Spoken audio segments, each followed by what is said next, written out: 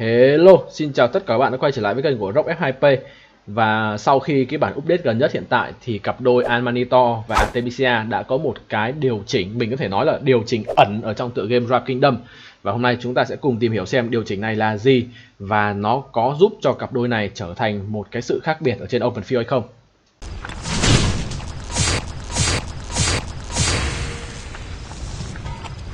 Thì trước khi game cập nhật phiên bản gần nhất ấy, thì mình đã có làm một video về Amanito và Artemisia khi kết hợp với nhau.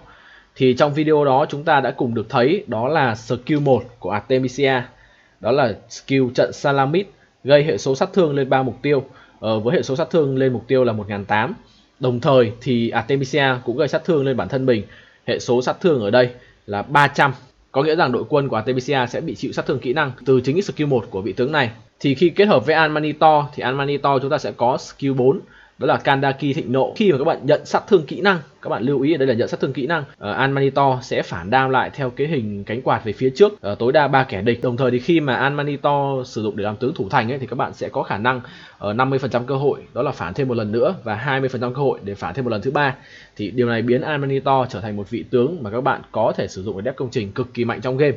Thì trước khi update ấy, chúng ta sử dụng cặp đôi này đánh Open Field thì Artemisia lại không thể kích hoạt được skill 4 này của Amanito bằng cái việc là tự gây sát thương lên bản thân mình. Thì đây là một cái điều mà cộng đồng cũng cho rằng là một cái lỗi. Còn mình thì trước đây mình cho là một lỗi hình ảnh.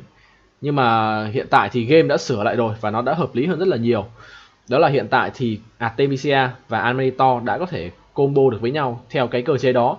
Bây giờ chúng ta sẽ cùng đi xem ở ngoài bằng cái việc mình sẽ test với một con man rợ. Ở đây mình sẽ đánh con man rợ cấp 23 này. Thì khi mà Artemisia ra skill thì các bạn sẽ thấy rằng chiêu 4 của Amanito sẽ được kích hoạt. Các bạn chú ý. Đó, các bạn có thể thấy ngay lập tức là sau khi cái mũi tên của Artemisia được bắn ra, chúng ta sẽ thấy mấy con rắn bay ra. Mấy con rắn đó chính là hoạt ảnh của Amanito. Và trước khi update ấy, thì chúng ta đã có một cái lỗi hoạt ảnh. Đó là thứ nhất là cái skill 4 của Amanito thay vì bay về đằng trước thì lại bay về đằng sau hoặc bay về sang hai bên.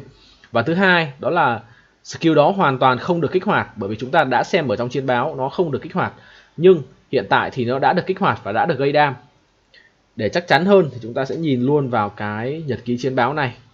Ở đây thì chúng ta có ở turn thứ 11, đó là Amanito đã ném chiêu 1 của mình, mũi tên vinh quang, làm cho man rợ mất 4333 máu. Thì ở turn thứ 13 chúng ta ngay lập tức có Artemisia sau 2 turn là đã ném skill của mình, đó là skill trận Salamit. Amanito mất 3.900 đơn vị. 3.900 này là từ cái sát thương 300 mà Artemisia gây ra lên bản thân mình. Đồng thời là cái sát thương 8.900 này là sát thương man rợ đã mất. Các bạn lưu ý ở đây là kỹ năng Kandaki Thịnh Nộ của Amanito đã được kích hoạt. Con man rợ này đã mất thêm 2.400 máu. Thì rõ ràng là so với trước khi update ấy, thì skill này hoàn toàn không được kích hoạt nha. Trước khi update chúng ta đọc ở trong chiến báo ấy, là skill này hoàn toàn 100% không được kích hoạt, bởi vì nó không xuất hiện trong chiến báo. Nhưng ở đây thì khác, chúng ta đã có được là skill này được kích hoạt. Thì điều này chắc chắn là sẽ giúp cho Amanito và Artemisia có thể đánh được trên Open Field nha mọi người. Một cái lưu ý nữa đối với skill 4 của Amanito, đó là skill này là cứ khi các bạn nhận sát thương kỹ năng là các bạn sẽ được phản đam. Vậy thì chúng ta sẽ hiểu sát thương kỹ năng ở đây là gì. Sát thương kỹ năng ở đây chúng ta có rất là nhiều loại sát thương kỹ năng ở trong game. Thứ nhất là sát thương kỹ năng tới từ skill chủ động. Ví dụ như là skill 1 của Amanito, các bạn sẽ gây sát thương lên mục tiêu 1003. Thì cái skill này sẽ là sát thương từ skill chủ động. Chúng ta cũng có sát thương từ skill bị động. Tức là mình sẽ gọi chung là những cái đam đỏ trong game nhé, sẽ là sát thương kỹ năng để cho dễ hiểu. Còn đam trắng là sát thương đánh thường. Skill bị động gây đam đỏ chúng ta có skill 2 của Alex.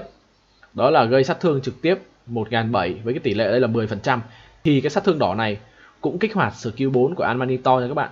Tức là nếu mà khi các bạn đánh nhau ấy mà Alex kích chiêu 2 thì Amanito hoàn toàn có thể phản đam được nhá. Thứ ba đó là loại sát thương kỹ năng theo diện rộng. Mình ví dụ với skill của Z thì Z là một skill bắn vòng tròn. Vậy trong khi mà đánh Open Field ấy, skill của Z bắn vòng tròn mà vô tình trúng Amanito thì Amanito cũng phản đam bằng cái skill 4 này các bạn. Thì điều này khiến cho Amanito ấy có thể kích hoạt skill 4 rất là dễ. Nhưng mà cũng có một cái lưu ý là skill này thực ra cũng không phải là quá bá đạo, bởi vì cái thời gian hồi chiêu của nó là 10 giây cơ. Có nghĩa là nó cũng không phải là nó sẽ kích hoạt liên tục cho các bạn, mà cứ 10 giây nó sẽ kích hoạt một lần. Hiện tại thì Amanito mắc ở trong game ấy còn khá là ít, nên là chúng ta vẫn chưa được thấy cặp đôi này kết hợp với Artemisia được sử dụng như thế nào. Nhưng mà tương lai thì mình nghĩ là cái cặp đôi này sẽ được sử dụng nhiều hơn. Một cái điểm thú vị nữa về cái combo mà Anvanitor và Artemisia đó là chiêu cuối của Anvanitor. Đội quân do chỉ huy này dẫn đầu miễn nhiễm câm lặng, kỹ năng chủ động làm giảm thịnh nộ của mục tiêu đi 100 mỗi giây trong 2 giây. Thì cái điều mình chú ý ở đây đó là miễn nhiễm câm lặng, tức là skill 4 của Artemisia này các bạn sẽ bị câm lặng khi đạt tới 80% thịnh nộ. Và các bạn cũng lưu ý luôn là cái skill này không phải lúc nào nó cũng câm lặng nha, mà sẽ có 50% cơ hội thôi, tức là 50-50 đấy. Thì khi mà Artemisia tự câm lặng bản thân, và nếu các bạn kẹp ạt với lại Anvanitor Max ấy, thì Artemisia sẽ không bị câm lặng nha. Đồng thời thì vẫn được tăng sát thương như bình thường. Và sát thương tăng thêm ở cấp độ max là 50%, là cực kỳ lớn cho các bạn, 50% thiệt hại cả từ đánh thường và sát thương đam đỏ. Điều này cũng giúp cho bộ skill của Artemisia cũng như cái chiêu phản đam của Anvanitor ấy sẽ được phản được nhiều đam hơn. Ngoài ra thì cái việc mà tăng thiệt hại này ấy, nó cũng tăng cái thiệt hại mà cặp đôi này phải nhận từ cái skill 1 của Artemisia nha các bạn. Bình thường nó là hệ số 300 đúng không?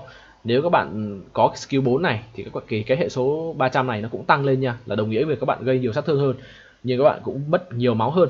Tiếp đó một vấn đề nữa đó là skill 1 của Anvanitor nó cũng tăng sát thương do đội quân này gây ra thêm ở cấp độ max là 20%. Thì cái câu hỏi mà nhiều người thắc mắc ở đây ấy, đó là Anvanitor búp tăng sát thương này nó có stack với lại cái skill 4 của Artemisia không? Thì câu trả lời ở đây là có nha các bạn. Thì trong game này cái cơ chế của nó khá là đơn giản thôi, đó là cái búp từ skill chủ động với skill bị động ấy, thì nó sẽ stack với nhau được bình thường nha, mà chỉ có skill chủ động hoặc là bị động đè bị động thôi. Ngoài ra thì trong phiên bản update lần này chúng ta cũng có một vị tướng farm mới, đó là nữ hoàng Tama xứ Georgia. Thì vị tướng này hiện tại các bạn có thể mở được trong chìa bạc và chìa vàng trong game. Nhưng mà với nhân phẩm của Rock F2P thì hiện tại mình vẫn chưa mở khóa được. Thì mình sẽ review về vị tướng này luôn. Đó là skill 1, nó sẽ có hệ số chữa lành 300 và thưởng phòng thủ cho chỉ huy thêm 15% trong 2 giây. Và skill này có thể được nâng cấp lên skill chuyên môn. Ở skill chuyên môn thì thay vì chỉ hồi cho bản thân mình thì Tama sẽ hồi tăng hệ số chữa lành từ 300 lên 350 và tăng hệ số phòng thủ từ 15 lên 20% cho cả Tama và một cái mục tiêu gần nhất. Thì nếu skill này mình có thể nói các bạn nó sẽ na ná với skill 1 của Zenobia vậy. Khi mà Zenobia cũng sẽ hồi máu cho cái mục tiêu ít máu ở gần đó nhất, nhưng mà rõ ràng là với việc là một vị tướng tím thì Tama cũng không thể nào so sánh được với Zenobia đâu, nó chỉ có một chút gì đó tương đồng thôi.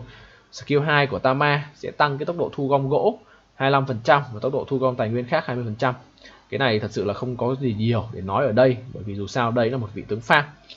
Có lẽ là cái điều mà làm hài lòng với tất cả người chơi trong tựa game Rise Kingdom ấy, đó là hiện tại các bạn đã có đầy đủ 10 vị tướng farm rồi.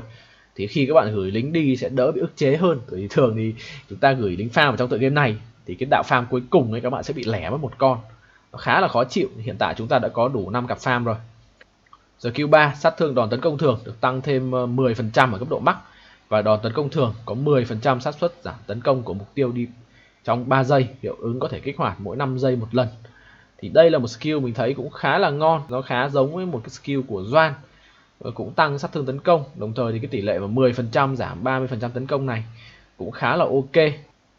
Skill 4 là tăng năng lực của cái đội quân này thêm 10%. Mình nghĩ là skill này thì cũng các bạn có thể sử dụng skill này để gửi mỏ, để gửi Tama vào mỏ liên minh ấy. Các bạn mang nhiều quân thì các bạn sẽ đồng nghĩa với các bạn sẽ thu thập được nhiều tài nguyên hơn, cũng như rằng các bạn có thể góp lính vào trong cờ, trong đèo, trong rally và mang được nhiều lính hơn. 10% cũng là khá là nhiều. Tổng quát lại thì Tama vẫn là một vị tướng farm thôi, nên là mình nghĩ rằng cái việc của chúng ta sử dụng trên open field ấy vẫn gần như là không thể. Nhưng mà bù lại thì các bạn có thể sử dụng Tama để thu gom gỗ nó nhanh hơn, đặc biệt là đối với những game thủ thì các bạn có thể farm được nhiều game hơn, bởi vì cái tốc độ thu thập tài nguyên càng nhanh thì các bạn càng nhảy mỏ nhanh. Một cái điều chỉnh nữa ở trong phiên bản cập nhật mới này mình cũng thấy khá là hay, đó là các bạn đã có một cái bảng báo cáo mới ở đây, cái bảng chiến báo mới ở đây thì nó có phân cho các bạn là thành cái nhánh giữ gìn hòa bình, là bao gồm đánh man rợ và pháo đài. Cái chỗ trận đấu này là bao gồm những cái chiến báo các bạn đánh nhau ở trong game. Do thám là những cái chiến báo do thám, và cái chỗ khác này là những cái thông báo khác ở trong game, bao gồm là cái thưởng thu thập cũng như là thưởng những cái mà các bạn đánh ở trại man rợ hoặc là đánh thiết thủ. Thì các bạn hoàn toàn có thể chọn giữa cái việc đó là sắp xếp theo loại như thế này, hoặc là chọn theo kiểu như là chiến báo như ngày xưa, không có vấn đề gì cả. Ở đây thì có một cái tính năng nữa là chỉnh xử lý hàng loạt, sẽ giúp các bạn có thể xóa chiến báo một cách dễ hơn. Các bạn có thể chọn giữ lại những cái chiến báo mà các bạn cần, Cái này cũng tăng tốc độ xóa chiến báo của bạn rất là tốt. Ngoài ra nếu các bạn bật cái sắp xếp theo loại này thì các bạn cũng có thể xóa được những cái chiến báo ở đây. Các bạn có thể chọn xóa hết những cái chiến báo của cái giữ gìn hòa bình này, đúng không? Và các bạn giữ lại những cái chiến báo do thám, xóa khác này. Như vậy thì cái chỗ chiến báo này sẽ chỉ còn toàn lại những chiến báo đánh nhau thôi. Khá là hay cho những người chơi hay thích đọc chiến báo như anh em đi hóng KVK với mình. Ok, và vừa rồi là video về Amanito và Artemisia cũng như là một số cái điều chỉnh nhỏ nhỏ cùng với vị tướng farm mới ở trong bản cập nhật mới nhất trong tựa game Rise Kingdom. Và nếu các bạn cảm thấy video của mình hữu ích và các bạn muốn theo dõi nhiều nội dung hơn, nhiều hướng dẫn hơn về tựa game Rise Kingdom thì đừng quên cho mình ngay một nút like và đăng ký kênh. Ở đây mình sẽ cập nhật tất cả những thông tin mới nhất về game. Và hẹn gặp lại tất cả các bạn ở những video sau. Bye bye.